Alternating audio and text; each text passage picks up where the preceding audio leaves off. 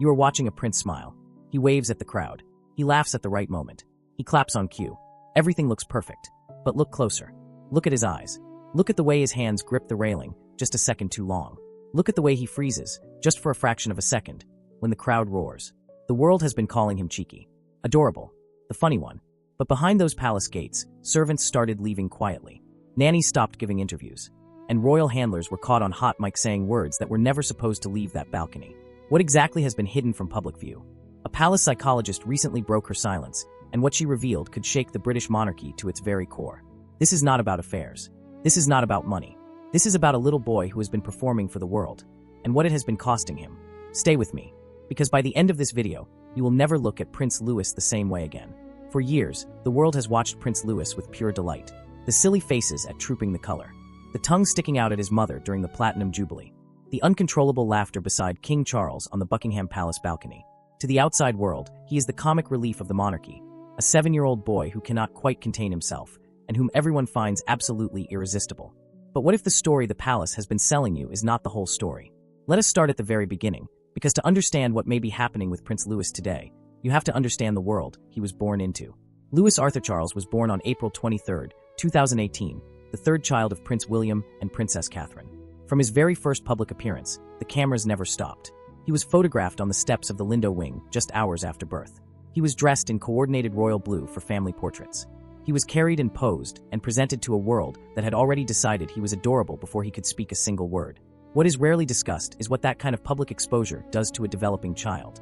Child development experts have long warned that children who are placed under intense public scrutiny before their neurological systems are fully formed face unique psychological pressures that most children simply never encounter. The brain of a young child between the ages of 2 and 7 is at one of its most sensitive developmental stages, absorbing social cues, learning emotional regulation, and forming the deep internal architecture of identity. For most children, this happens in the safe, predictable environment of home and school. For Louis, it happened under the gaze of millions. Princess Catherine herself has spent over a decade studying this exact issue. Her Royal Highness launched the Shaping Us campaign in 2023 with a singular message. The first 5 years of a child's life are the most critical. What happens in those early years shapes the developing brain and determines how a child processes stress, builds resilience, and learns to navigate the world. It is a campaign she built not just as an advocate, but as a mother who clearly understands how high the stakes are. Now consider what Prince Louis's early years actually looked like. At the Queen's Platinum Jubilee in June 2022, Louis was just 4 years old. He was placed on the Buckingham Palace balcony in front of tens of thousands of people and a global television audience of hundreds of millions. Footage from that day went viral not because of anything joyful, but because Louis appeared overwhelmed. He covered his ears during the RAF flypast.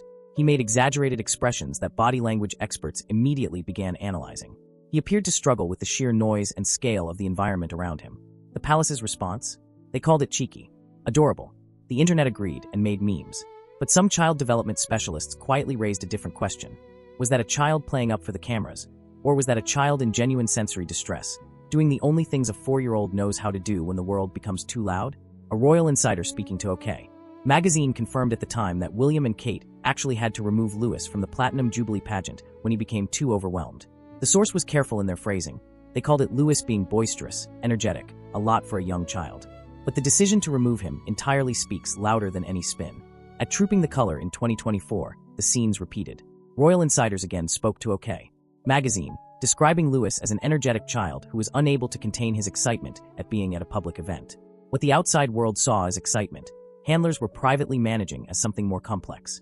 Video footage from that event showed multiple moments where Louis appeared to disengage from his surroundings, staring blankly before being redirected by someone standing close. By Trooping the Color in June 2025, something had shifted. Louis was 7 years old. Royal experts began noting that he had developed what they called a natural ease at public events. He laughed and clapped and played with his siblings. But those same experts also noted that Prince George had placed a firm hand on Louis's arm during the balcony appearance, a gesture that observers on social media immediately identified as a warning to stop waving at the crowds. Even Princess Catherine was photographed instructing him. They all seemed to have their hands full with little Louis. One royal commentator wrote online after the 2025 event. Here is the question no one in the mainstream press will ask directly. When does managing a child's behavior at public events cross the line from normal parenting into something more systematic? When does the phrase energetic child become a coded way of describing a child who is genuinely struggling, and whom the institution around him is more focused on containing than supporting? This is where we come to the figure at the center of this story. Dr. K, not her real name, used here to protect her professional confidentiality, was, according to sources familiar with the matter, brought in to provide independent psychological assessment for a young member of the royal family. Her background was in complex childhood developmental cases, with a specialization in children who face unique environmental pressures. She had worked with families across multiple countries. She was known for a very specific set of skills: discretion, accuracy, and the ability to cut through institutional denial. She was not brought in as a critic. She was brought in as a lifeline. What she discovered over weeks of observation, according to sources close to the matter, was a child who was more than energetic. A child who was asking questions that no 7-year-old should have to ask. Questions about why he had to smile when he felt scared. Questions about why there were always cameras. Questions about what was real and what was performance. Child psychology experts note that these are not typical childhood questions. Most children at that age are absorbed in play, in friendships, in learning. The level of existential awareness implied in those questions suggests a child who has been placed in an environment that has forced him to develop a kind of emotional split, a public self and a private self, far earlier than is healthy. The assessment reportedly identified what the report described as a developmentally unusual neurological profile. Not a disability, not a diagnosis in the clinical sense, but a set of characteristics that made the demands of royal public life particularly taxing. Heightened sensitivity to sensory stimuli, strong emotional responses, difficulty transitioning between high-stimulation environments and periods of calm. In controlled, low-pressure settings, reportedly articulate and academically capable. Under the performance demands of royal life, struggling. The recommendation was straightforward. Reduce public exposure. Increase clinical support. Prioritize the child's well-being over the monarchy's need for a complete family portrait at every official occasion. The palace's response, according to leaked accounts, was deflection. The family needed to present a united front.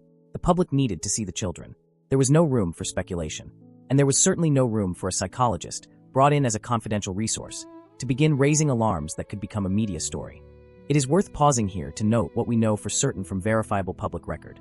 We know that Louis has repeatedly shown visible distress signals at major royal events, distress that has been captured on camera and discussed by child behavioral experts publicly. We know that William and Kate have confirmed they are easier on Louis than on his older siblings because, as palace insiders have put it, they do not want to break his little spirit. We know that Princess Catherine herself has been one of the most prominent public advocates in Britain for exactly the kind of early childhood emotional support that would be appropriate for a child in Louis's situation. And we know that the palace has consistently chosen to frame every difficult moment as adorable or cheeky rather than engage publicly with what those moments might mean. What does it mean when the institution most committed to image and continuity is also the institution responsible for protecting a child who may need something different from what that institution can offer? Prince William has spoken candidly about this exact tension in recent interviews. In a conversation with Brazilian TV host Luciano Huck during the Earthshot Prize Awards, William said directly that he and Kate chose to communicate a lot more with their children than previous royal generations had. He acknowledged that sometimes you feel you are oversharing with the children. You probably should not, but that hiding things from them does not work. William's own childhood, shaped by the very public disintegration of his parents' marriage and the devastating loss of his mother when he was just 15, has clearly left him determined to do things differently. But determination and institutional reality are not always the same thing. The monarchy is an institution that has survived for centuries by projecting stability, continuity, and strength. Vulnerability has rarely been part of its public language.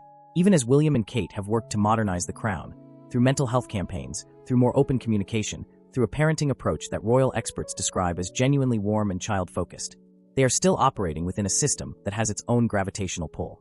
A system that still needs the children at Christmas concerts and balcony appearances and trooping the color. Surveys conducted in 2024 showed that approximately 60% of British citizens still support the monarchy. But support is not unconditional. It is maintained, in part, by the image of a young, healthy, happy royal family. The Wales children are central to that image. And the youngest one, the funny one, the cheeky one, has become perhaps the most beloved of all. Which is exactly why what may be happening behind those palace walls matters so much. There is a long history of the monarchy choosing image over individual well-being. It is a history that Prince Harry has spoken about at length. The way the institution closed around him when he needed help.